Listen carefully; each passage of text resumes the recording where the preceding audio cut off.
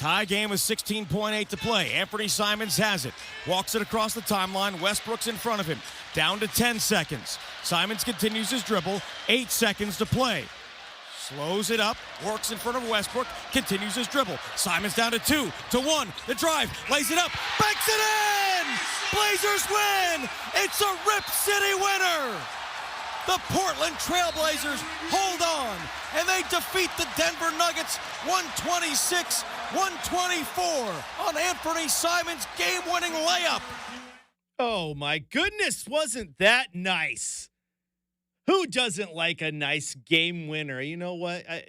I think you need to go back to the drawing board here. I think Anthony Simons needs his own glass now. Praise this man.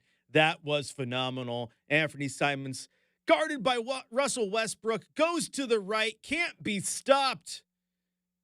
Gets the floater off the glass. It goes in. Blazers get the 126-124 victory over the Denver Nuggets just a few nights ago. This is Blazers Game Day. Welcome in. Chris Burkhardt here with you as always. And man, what a game that was for your Portland Trailblazers. And I told you guys in the pregame show, did I not, that the Blazers had a chance.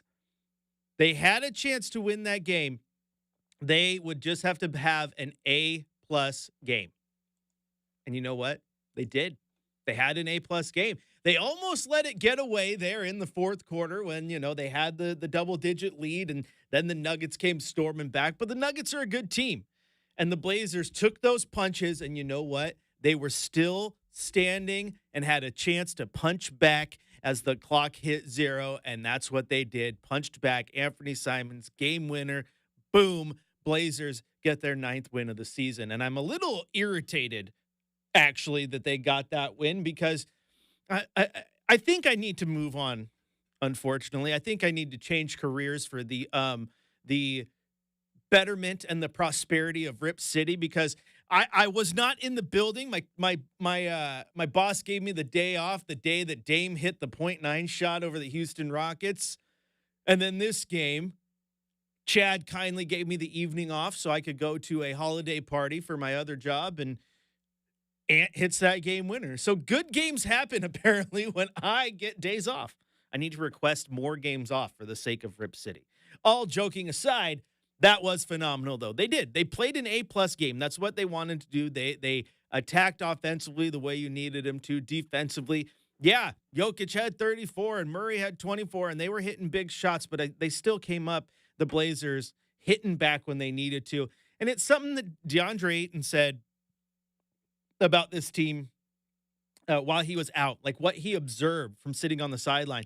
And he said that what he noticed in those games he didn't play was that the team wasn't rolling over. Like that there's been times this year where they kind of rolled over, but they were fighting.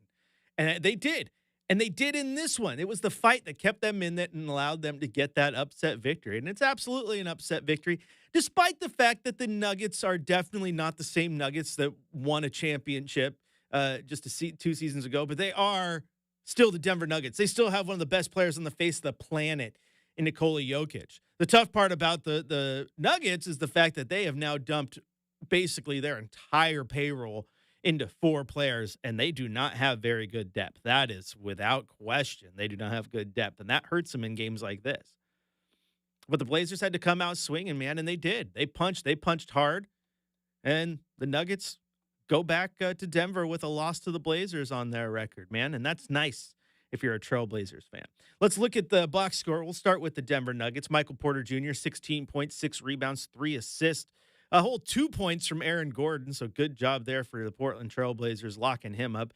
34 points, 8 assists, 6 rebounds from Nikola Jokic. Jamal Murray, 24 points, 10 assists as well. A nice little double.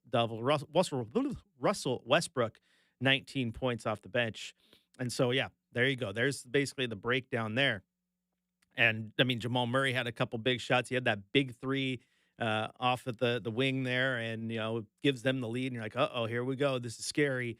But again, the Blazers were able to hit back. On the Blazers side of things, Toumani Camara, he had 14 points, 8 rebounds, and 3 steals. And what I love about his performance is not only has he been consistent and been great and been one of the best Blazers this young season, It's just the fact that I thought that that was a really good game when they needed it most, right? Filling up the box score, playing great defense as he always does, and even getting some shots to fall. That's what you love from Tumani Kamara. 13 points, 5 rebounds, 4 assists from Jeremy Grant. Not the biggest scoring night from him, but when all 5 of your starters and Denny Avdia off the bench are in double figures, I think you're all right. 15 points, 13 rebounds from DeAndre Ayton. He also had 4 block shots, so an absolute solid night from him. And it's good to see the defensive side of that coming in as well, getting in on the block party there. So it's not just Donovan Clingan and Robert Williams tending to hold that stat down. In fact, Robert Williams, he only played 10 minutes, but he did not have a blocked shot. Donovan Clingan did not have a blocked shot either.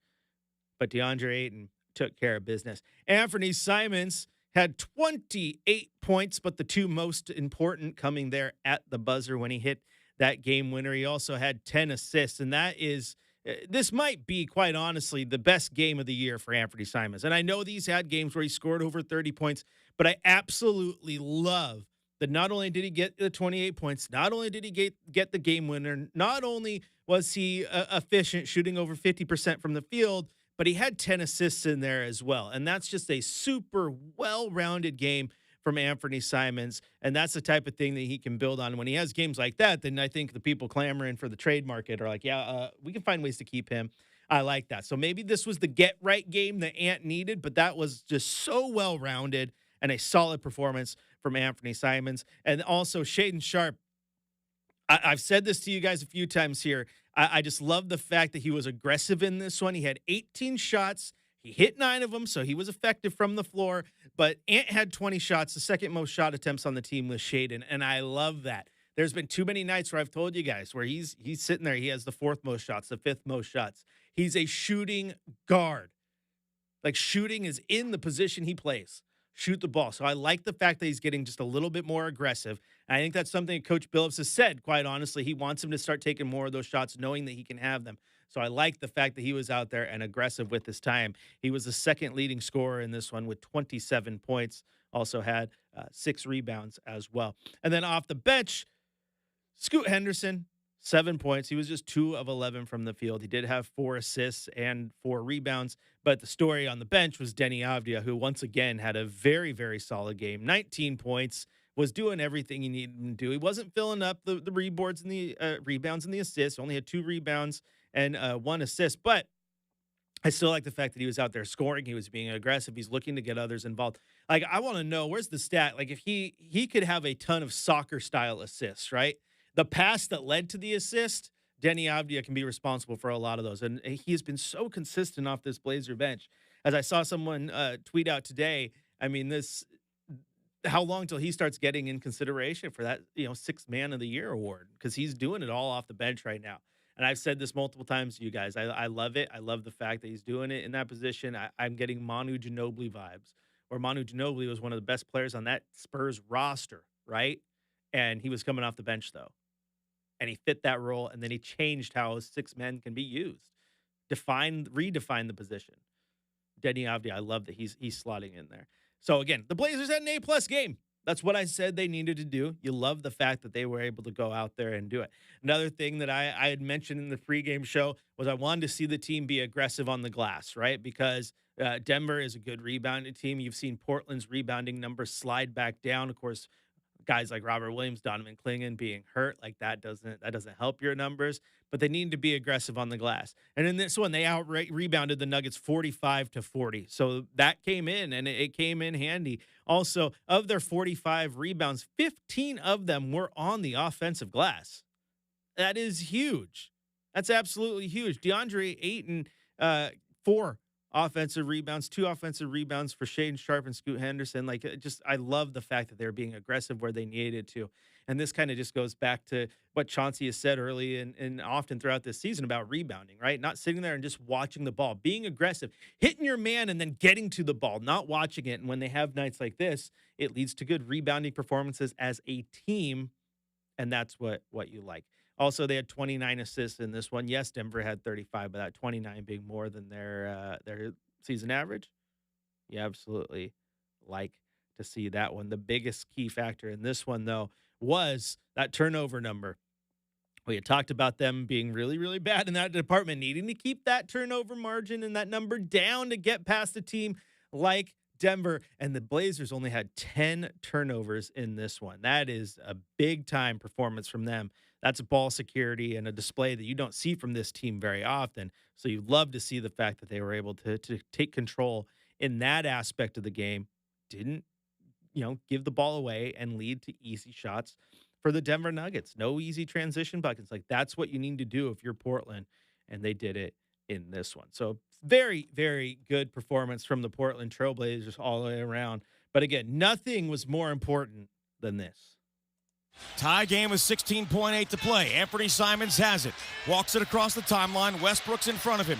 Down to 10 seconds. Simons continues his dribble. 8 seconds to play. Slows it up, works in front of Westbrook, continues his dribble. Simons down to 2, to 1, the drive, lays it up, banks it in! Blazers win! It's a Rip City winner! The Portland Trailblazers hold on, and they defeat the Denver Nuggets 126-124 on Anthony Simons' game-winning layup.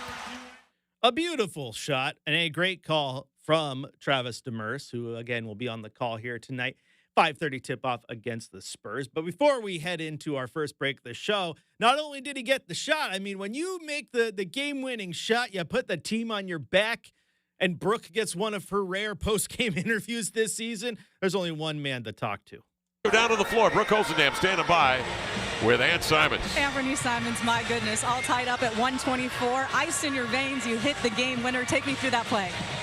They gave me I got the right side of the floor I wanted to be on, and try to get the last shot, and I was able to get to a shot I was comfortable with. So I'm just blessed that it went in for sure. Did you want that last shot tonight because you are Mr. Clutch this season? Yeah. End of the game, you can't be afraid to fail, like I always say. Those are the moments that we live for. Playing as a little kid. So I'm just blessed, man. Thank God. You finished with a team-high 28 points, scored in many different ways. How were you able to attack their defense like you did? Who's going to be, Joker's going to be up. I was going to be able to pick my spots from there, get around them if I can. This out some teammates. I got the teammates going early. We kind of started missing shots, but we were getting good shots in the third quarter. They came back, and we just sustained it. 6 players in double figures. When you guys play like that, how good can you be? As good as we want to be. You know what I mean?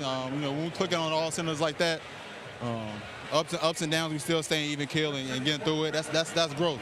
You know what I mean? A couple games ago, we couldn't finish it out. So I'm glad that we was able to finish it out today. Nice job. You were so much fun to watch. Congratulations. Appreciate it. Yeah, there you hear Anthony Simons. And when you look at that play, too, it's such a hard shot, and he made it look easy, but he does. Westbrook's kind of shading to his right, thinking Ant's going to go left, but instead Ant goes right where he leaves it wide open. Westbrook kind of recovers and forces Ant to go just a little bit wider, and Ant, knowing Jokic is right there, kind of goes with it's not truly a hook shot, but he takes that shot way outside of his body rather than an easier finger roll right in front of him, just so there's no way the defense can get a hand on it, and he leaves it up to the bounce out the glass, and it hits, and it goes in. A beautiful shot from Anthony Simons. All right, this is Blazers Game Day presented by Coors Light, hosted by yours truly, Chris Burkhardt. You can follow me on social media at Chris J. Burkhardt. You can also go over to youtube.com, type in Rip City Radio 620 and join the chat over there. Go help us out. Go like, share, and subscribe. We've been working on that bad boy, and we're just 3 subscribers away from 1,000. That feels good. Go over there. Be those last 3 that we need. When we come back, though, we're going to take it to the coach's corner. We're going to hear what Coach Billups had to say following that victory over the Nuggets. We'll also hear from Shaden Sharp. Still have a keys to the game and a cold hard fact to get to as we continue to get you ready for Blazers Spurs down in San Antonio. Chris Burkhardt here, joined by Brenden Slaughter. Blazers Game Day continues after the break on your home, the Blazers, Rip City Radio 620.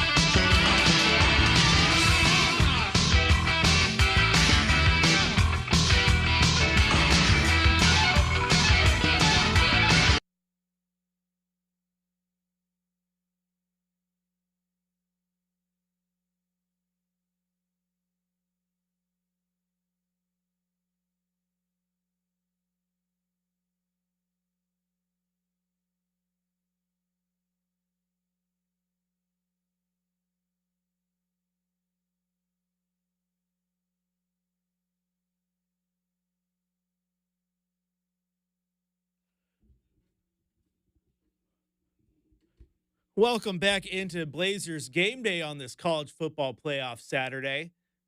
That feels nice to say. Pretty nice to watch all these games. I don't care that Indiana got beat. I don't care that SMU looked bad at Penn State. All I care about is we got 12 teams and it's awesome, Brenden. And you know what? As I told you before the game, all these coaches whining and complaining because their team didn't get in and someone else did. Take care of your business. Take care of your business. You had how many games to go out there and win as many as you could, and you lost 3 of them. Wham! Cry more. I mean, I know you don't like him because you're a Beaver. I'm a Duck. But like Dan Lanning said, if you would have took care of your business, there'd be no complaint. Like, win your games. There's no issue. I also think it's very cringy for Lane Kiffin to be out there tweeting at the college football playoff committee. And super. Like, also, you gotta watch yourself a little bit, Brenden. I mean, let me put it this way, Chris. Respectfully, I think if your team is not in the playoff, you can kind of turn the page, look to next season. You know, Mr. Kiffin. You know what I mean? I'll tell you this much. You know what you need? What guys like Kiffin need to understand is you need to be real careful with how you tweet about how Indiana looked in that game, because you know what the lifeblood of all these college programs is going to be right now. It's the transfer portal. How many you want to go play for the guy who said your team looked like trash and so did you? Got to be careful. Got to be careful, because here's the deal. Indiana may have lost the game, but there's plenty of those guys on that roster that could find a place to play and would look pretty good even at Ole Miss. So got to watch out. Speaking of college football playoff, Clemson going for it on 4th down and converts. PAT coming up, but it's a one-score game now, 31-23, pending the kick with 11:43 left in the 4th quarter. So here we go. Clemson making it a game, baby. Give us some good. Give us an upset here. I want one. Also, I tweeted at my friends a second ago, Brenden, or not tweeted, text, excuse me. But I'm irrationally irritated that it's the first Saturday of the 12-team college football playoff, and the NFL decides to put games on. Like, we get it. You're king. Just let it go. Let it go. Oh, my gosh. Just stick to Sunday and Monday. Call it good. You're already taking Thursdays. I mean, I enjoyed watching a Chiefs victory this morning, but I guess that's just me. Well, that's got to be just you. Nobody outside of, Kansas and Missouri likes watching a Chiefs victory, you weirdo. Yeah, I'm a fan of history and legends, and legends can be made with 3 straight, Chris. So yeah, but no, I get what you mean. Yeah. Well, you and I are a bit different because I'm a Niner fan and I've lost to him in the Super Bowl twice, and that's terrible. All right, it is time now, Brenden, for the Coach's Corner. Go ahead and hit that intro. For the latest on tonight's lineup, injuries, and matchup, let's head to the Coach's Corner with Chauncey Billups. All right, we spent a lot of time talking about that upset victory over the Denver Nuggets. Let's take time listen now what Coach Billups had to say following that upset win. Johnson, that felt like that was probably the best playmaking creation game you guys have had in a while. What kind of winning was that? Yeah, it probably was. But, I mean, we've been sharing the ball. I mean, should we lose the last game at Phoenix? We had 30 assists. I thought we shared the ball very nicely. We did a good job of we never lost trust when we were passing. I mean, there were some stretches in the 4th quarter where we were making the right pass, the right play. We just wasn't making the shot.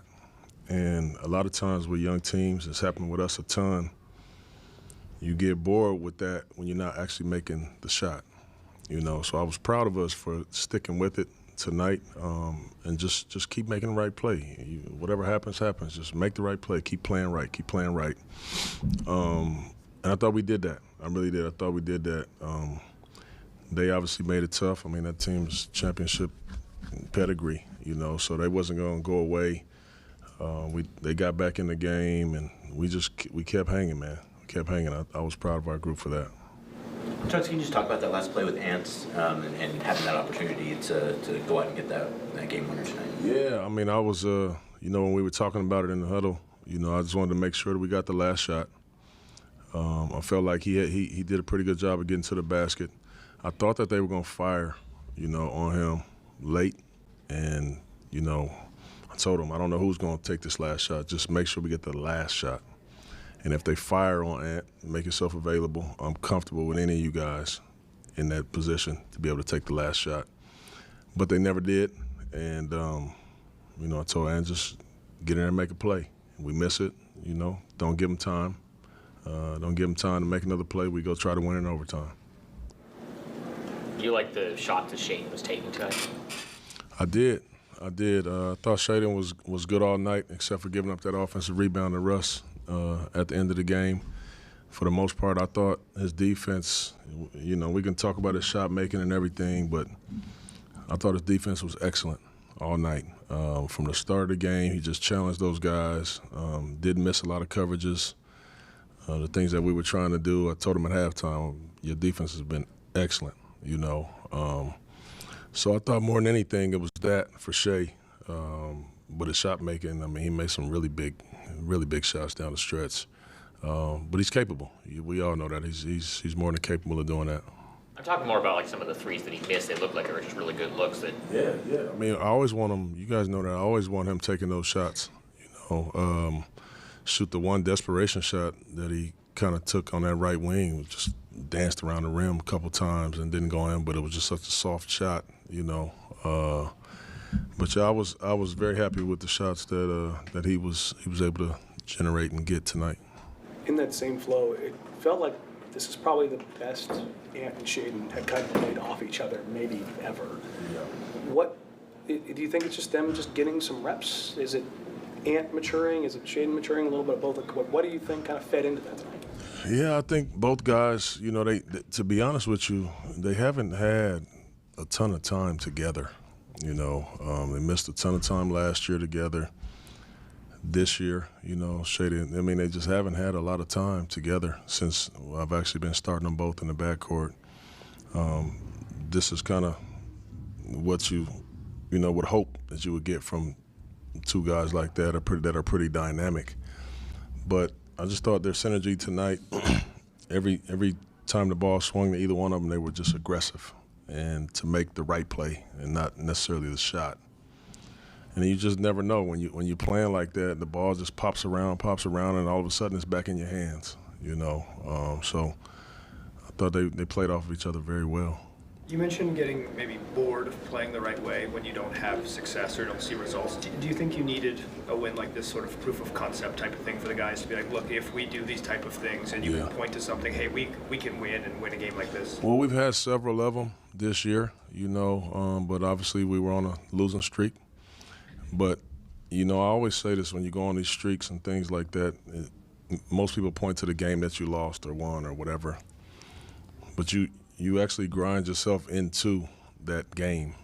And then before you turn it around, you start playing better and better, and then, boom, you get a win. I thought our last couple of games we played better. The both times we wasn't able to come out with the win. And then we did today. So I just think, to your point, this is good validation for our guys, to just continue to keep playing the right way, trusting each other, trusting the pass, and whatever the results are, they are, but just play right. You think about Denny tonight and maybe just your overall comfortability, like utilizing all of his versatility? Yeah, Denny, I thought Denny was really good, man. I thought he was really good on both sides of the ball tonight. We've gotten to a point where I completely trust him out there, That's why I went back with him late in the game for a defensive possession, defensive stop, even offensively. But I trust him out there. He's getting more and more comfortable all of the time. Today was one of the days where we were probably been as healthy as we've been. So when that happens, it's always very tricky in terms of minutes and rotation. And obviously, I put the two bigs out there. I thought our two big lineup was really good in the first half. Second half, it wasn't as good. They went to the zone. I hurried up and got Rob back out of there, put Jeremy back, So when you do have so many people that are healthy, the minutes get a little tricky, And Denny's a guy that, he has to deal with that sometimes, and he's been great with it. But during his minutes, man, he's playing excellent. Can you visibly see his confidence growing? Because it's one thing to be making threes, but how quick he's shooting them and his aggressiveness to take threes?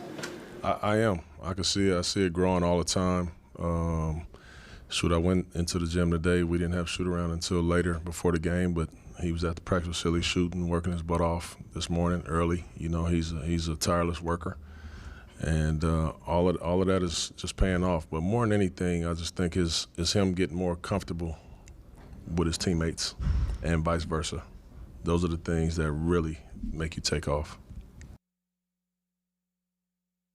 All right, welcome back. That was Coach Billups, and Brenden and I were just doing our smart thing that radio guys do. We were talking college football while he was talking basketball, but that's because we listen to that. Now, here's the thing. I like the end of that when he's talking about the big man lineup. Man, I want to see more of that tonight, especially against Victor Wembanyama. We saw instances with Klingon and Rob on the floor and Ayton on the floor, and I want to see that. Yeah, remember in that game last time San Antonio was in town, and the Spurs got the last second win. They're 118-116. There was no Robert Williams. He was still in concussion protocol. And there was no DeAndre Ayton. He was out with an illness too. Jabari Walker got the start in that game, and Donovan Klingon came off the bench, had the minutes restriction because it was his first game back. Now, this time around, you get Victor Wembanyama, and you get the Blazers' full complement of bigs, and I want to see how they throw the two of them out there at the same time, especially against this San Antonio lineup that can make their bigs work. So we'll see how that breaks down. All right, we're going to take a quick break here on Blazers Game Day. When we come back, it'll be time for our cold, hard facts, and this one involves Dwath Reith and some trade rumors. I want to lay some things out for everybody. Plenty more Blazer talk coming up here on Blazers Game Day, presented by Coors Light on your home of the Blazers, Rip City Radio 620.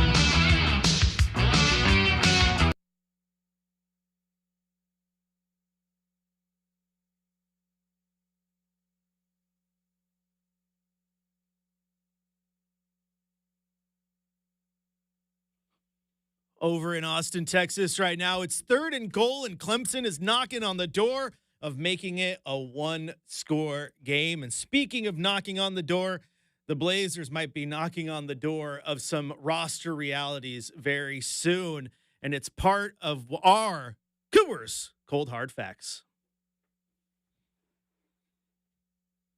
It's time for the Cold Hard Facts, presented by Coors Light, Mountain Cold Refreshment. Choose chill, celebrate responsibly. All right, ladies and gentlemen, the trade deadline, it's weeks away. There's no rush, right? But you're already starting to see the rumor mill a churning. It's a churning like butter, man. Weird Al might write a song about it. But there was reports today from Evan Siderly, Forbes. Trailblazers are fielding trade offers for reserve big man Dwap Reith, under contract through 25-26 at only $2 million annually. Any contending team in need of center depth could utilize Reith's skill set. That was the tweet. And here's the deal. Understand how these things are framed, okay? There is so much extra jargon in there that just blows my mind. It's carrying water for agents and GM and depth and his skill set and this and that. There is absolutely a chance Dwap Reith can get moved. And I said that everyone needs to open their eyes and be real here in a chat today, and I got torched for it, right? Oh, you don't think he could be moved? No. Here's the deal. Trading for Dwap Reith, if you're any contending team, as that tweet says, right? If trading for Dwap Reith because you need to fill the end of your bench rotation or the end of your bench spots, your 14-15 spot like he currently is for the Blazers, or because you have zero flexibility because you're a maxed out and a minimum contract's all you can go get, that is different than trading for Dwap Reith because you covet his skill set, okay? And I quite enjoy Dwap Reith. I am not poo-pooing Dwap Reith, but Dwap Reith is in his second year here in the with the Blazers, second year in the NBA. Last year, he was a 27-year-old rookie. He spaces the floor wonderfully.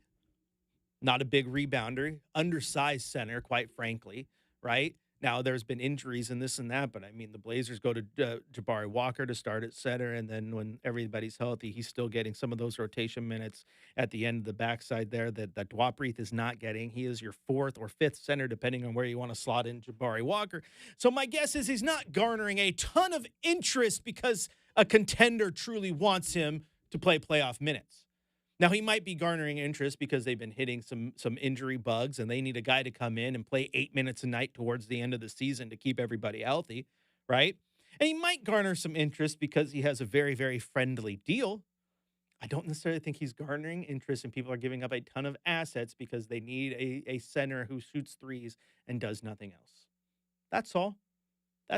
And I think that's the reality of that situation. Do I like Reith? Absolutely. Do I want to root for Dwap Reith? Absolutely. But what is he getting you if he's on the trade block? A second-round pick? Okay. But those also feel like candy to me. Like, if you really want to go out there, you can get a second-round pick. And if you're the Blazers, maybe if a team dangles 2, that makes a little bit of sense. But at the same time, a team in a rebuild, what's the importance of getting off of this guy who's making $2 million a year? Kind of pays and helps you out and have that guy on your roster right now. I don't think he's getting moved for maybe just a second. Again, if someone dangles 2, maybe you start talking. And maybe someone convinces the Blazers, hey, we'll take the assets over the guy who is literally not playing for you. Hey, I'll take 2 second-round picks for the guy at the end of my bench. Makes sense to me, right?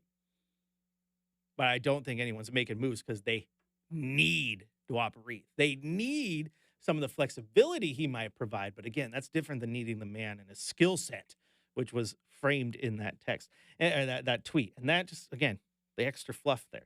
There is nuance to all of this, right? Now, if I'm a contender and I need true center depth, I personally think Jabari Walker makes a little bit more sense. He doesn't space the floor like Dwap, right? But he's a hustler, and he plays better defense than him. And I think that matters a little bit. But that's me, guys. I'm not the answer to everything. I have my answers and my opinions. I give them to you. That's what I'm here for. So again, do I think there's a chance he gets traded? There's a very good chance he gets traded. Again, there's flexibility in that contract that I do think contending teams who are up against it would like.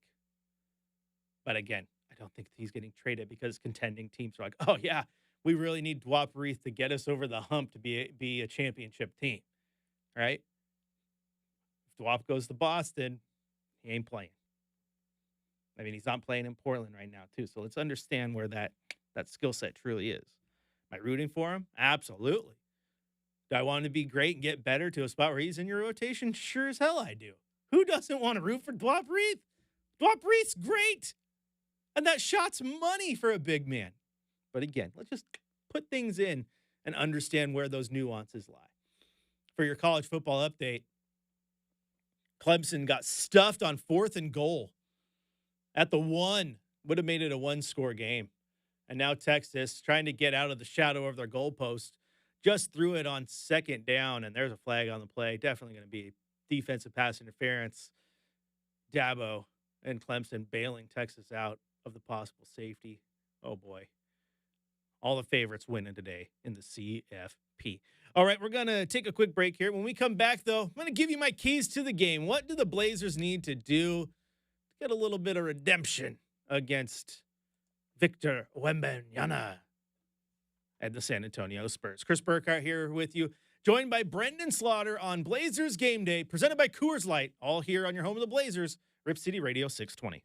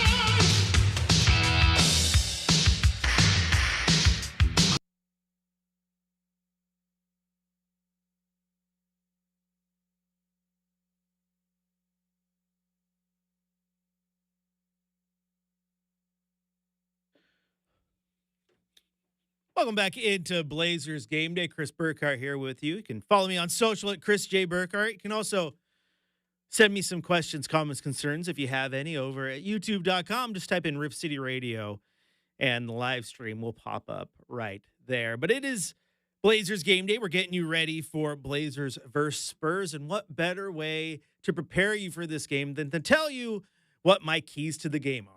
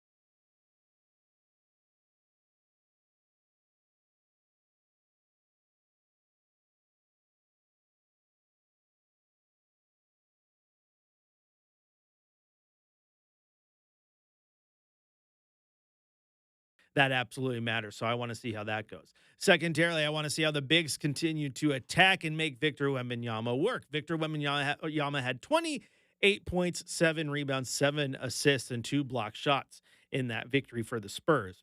But again, now you have 3 legit bigs, 2 legit defensive bigs, all full goes, ready to guard him. So I would hope we didn't see a lot of it in that first go around, but I would hope that we get to see just a little bit more of Donovan Clingan on him, a little bit more Robert Williams.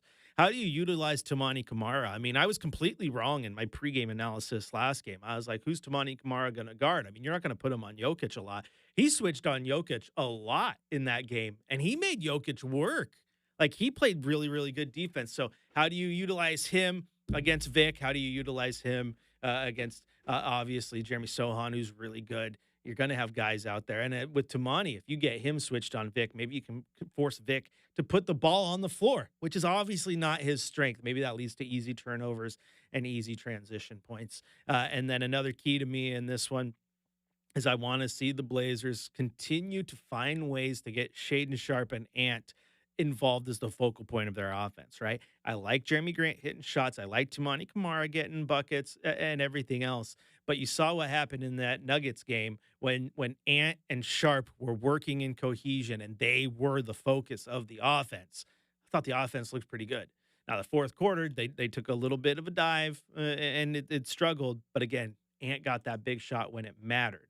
And again, came out 30 points in the first quarter, 36, and then 38. That fourth quarter, the Nuggets really, really turned it up, and the Blazers started to miss some shots. They only scored 22 points in that quarter, but they scored the most important one, right? The final one, they gave them the lead. I just liked what the offense was doing with those two being the focal point. I think it led to some pretty good things. And then when Jeremy Grant is hitting those auxiliary shots and Tumani's hitting those auxiliary shots, right, where maybe that play is not drawn up for them, but there is ways for the ball to get into their hands, I think good things happen. And then, everything else just kind of falls into place. And that's what you want if you're the Blazers tonight. Get a little bit of redemption, but if you play a good game and you lose, it's not all bad, right? Losing to the Spurs might be a good thing. That continues to put a little bit of ground between you and San Antonio in the loss column. And you want that in the long run, right? If your team, I like tanking. I am team I don't like tanking, though. I'm team I want this team to put their best foot forward and win games. If it costs them Cooper Flag, whatever. You build something special anyway without him. Do it. Have some fun. Speaking of those standings, the Blazers are currently at 9-18, 13 games back.